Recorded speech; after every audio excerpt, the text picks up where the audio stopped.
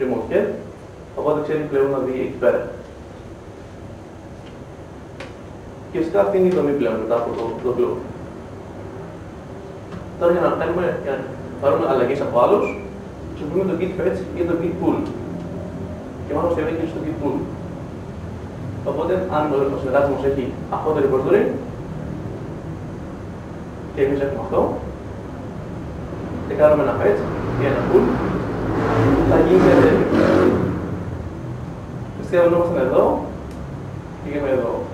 Γιατί πήραμε τις καινούργιες αλλαγές. Ενημερώθηκαν τα κλαδιά, άμα δείτε, δηλαδή από το feature πήγαμε πιο μπροστά, το core feature πήγε πιο μπροστά.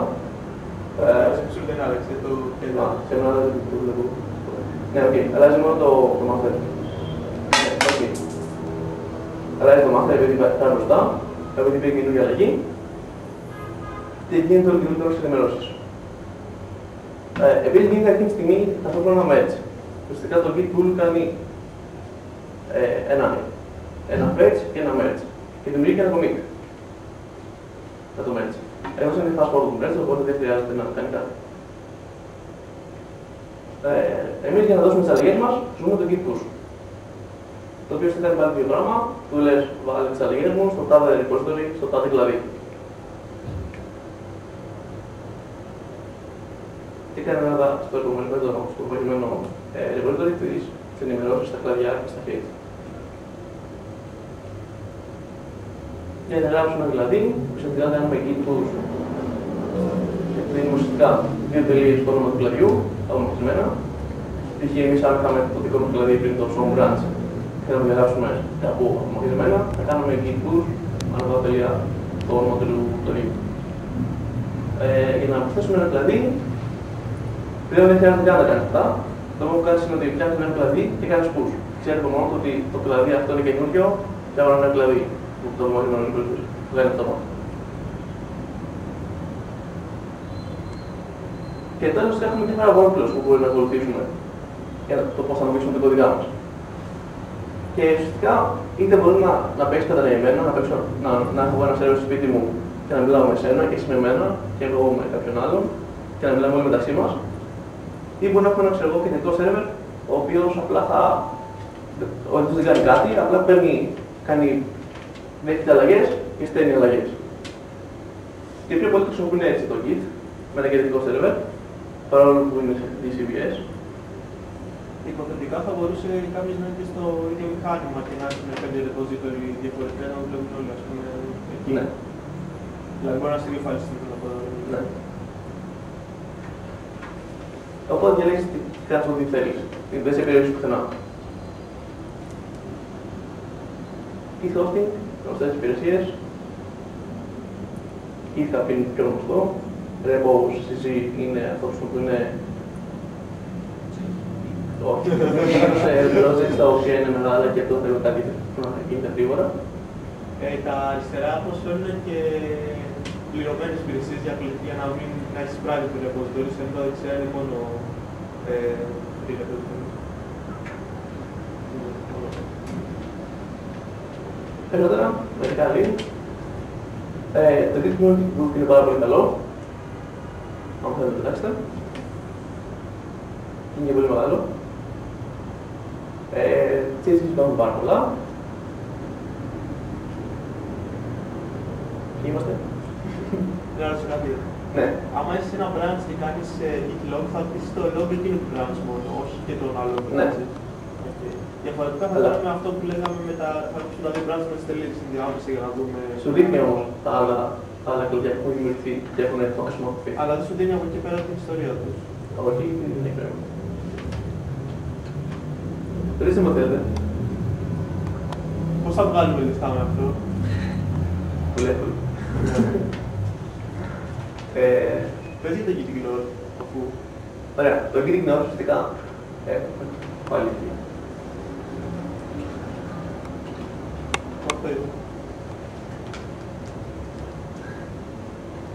Το Git Ignore είναι αρχείο, εμείς εγώ εδώ πέρα μέσα. Να ρωτήσω. Κάποια αρχεία. Τι είναι αυτό που γράφεις πάρα τα δεξιά? Χωρίς random number και social qualified τα S method. Μην δείτε αυτό. Τι είναι αυτό? Τι είναι αυτό? Αυτή είναι μέθοδος που είναι βάζα. Κοιτάει δικό σου ή Και σου βγάζει δεύτερο λάκι. Εγώ το ξέρω, ναι. Θα θέλω να δω.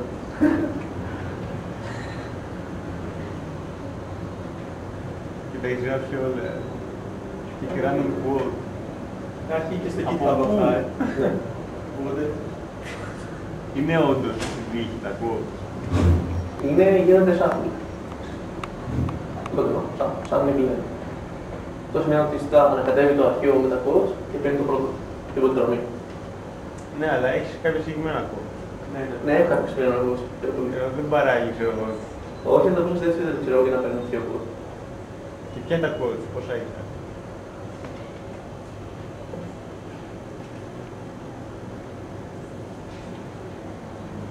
βοηθάω. 30.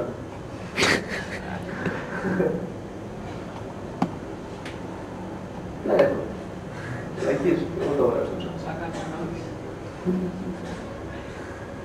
Δεν ήταν διαμάχο. Άμα θεωρούμε, έχουμε φτιάξει κάποια αρχεία, εδώ πέρα μέσα, επί DE, θες και ασύ.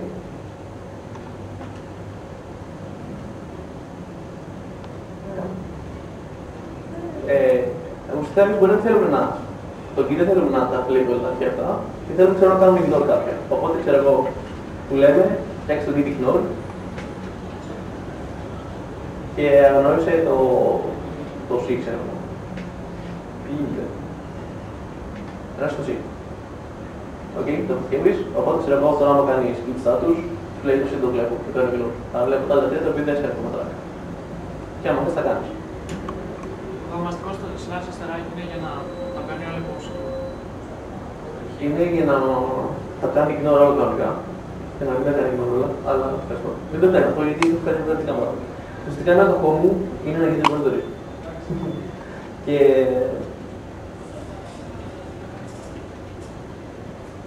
κάνει ignore τα πάντα εκτός από αυτά. Και επειδή όταν είναι κάτω από το home, γίνονται ignore. Οπότε πρέπει να κάνω να μην γίνονται ignore.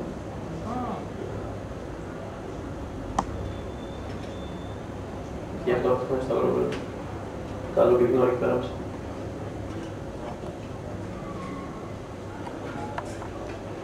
Και σου έρχονται ignore ουσιαστικά σου βάζεις τα αρχεία σου ή regex αρχείων που δεν θες να κάνεις track. Για να μην σε ρωτάει κάθε φορά ότι ξέρω εγώ έχω αυτά τα αρχεία και τι να τα κάνω. Οπότε λες εσύ μην τα κάνεις αυτά και άσε τις σχέσεις. Για να σου πω. Κάθε φορά κάνεις add commit. Οπότε, γιατί να έχεις όλο το home.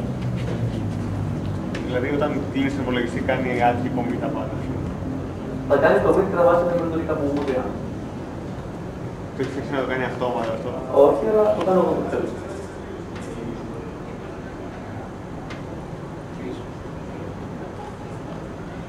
Ουσιαστικά,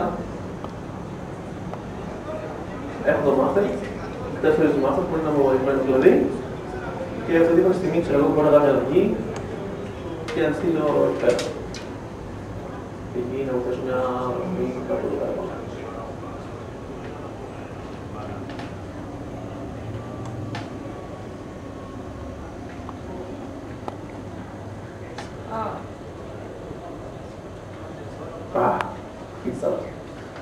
Μου λέει, όχι, θα κάνεις το modify, οπότε μπορώ να κάνω ένα commit, όλα, πάρε όλα τα αρχεία, ή πάρε μόνο αυτό, και βάλε ένα μήνυμα, ξέρω εγώ. Και άμα δεν το κάνεις και κλείσεις τον υπολογιστή κανονικά και το κάνεις αύριο όταν ανοίξεις τον υπολογιστή, αλλά το αρχείο το έχεις κάνει save. Ναι, είναι εκεί. Είναι όλα ok. Το αρχείο είναι στο ρόλο που πάλι στρέψω, δεν το θέλει κάτι. Ναι. Αλλά γίνεται να κάνει git stash που του διαγράφει αλλαγή του σπάσει και το οπότε τώρα άμα κάνει git stash, π.χ. πειραματίζεσαι και γράψει ένα δεκαγραμμισμό με πλακίες, δεν θα πάω να διαγράψει μια μήνυμα μετά. Θα πας, μπορεί να βάλεις git stash να σπάσει το χέρι και να διαγράψει όλες τις αλλαγές. Γενικά γίνεται να κάνεις git reset που υπάρχει το software που είτε σε πηγαίνει σε πίσω, είτε διαγράφει commits, αλλά χωρίς να σου διαγράφει τα αρχεία στις αλλαγές. Είτε το hard που σου διαγράφει και τα αρχεία σαν πηγαίνει στις πίσω αλλαγές και σου διαγράφει και τα commits. Οπότε είναι σαν να μην τέχει μετά. Βλέποντας λίγο LLA. Είναι το LF που είναι LA.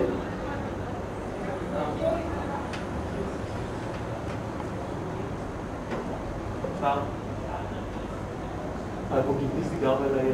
Όχι. Δεν ξέρω. Άμα θέλετε, πείτε μου λίγο, θα σας δείξω. Εκεί θα σας δείξω τεχνητή. Που δεν έχω καμία αλλαγή, αλλά ξέρω εγώ μόνο τον λόγο. Είναι πολύ ωραίο αυτό. Και μπορώ, ξέρω εγώ, φυσικά στο τέλος θα ένα sense zone εδώ πέρα. Και έχετε να αφήσει να χρησιμοποιήσει μια κλάση sense zone και από εδώ πέρα σε αυτή τη στιγμή.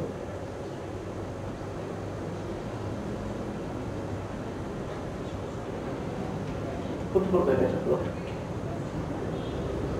Δεν ξέρω. Πρώτα πρώτα. Οπότε ξέρω εγώ να πάω, άμα είναι τη στιγμή, έχω ξέρω εγώ το source, πού λέγεται, source, API, services, ένας έτσι ζώμας. Δεν μου λέει. Ξέρω το λέει. Οκ, έχω αυτή την τάξη. Και μπορώ ξέρω να πάω πίσω, στο...